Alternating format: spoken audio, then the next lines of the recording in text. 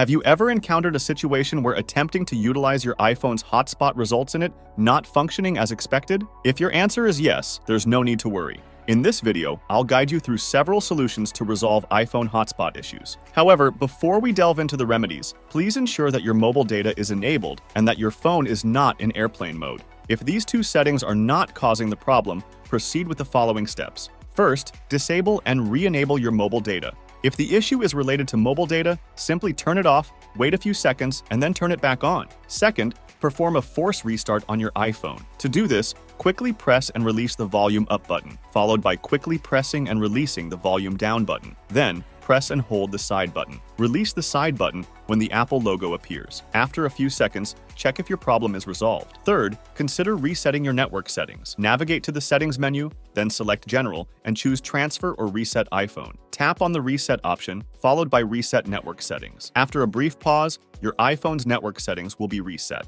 Keep in mind that this action will also erase Wi-Fi networks and passwords, cellular settings, as well as VPN and APN configurations that you may have used previously.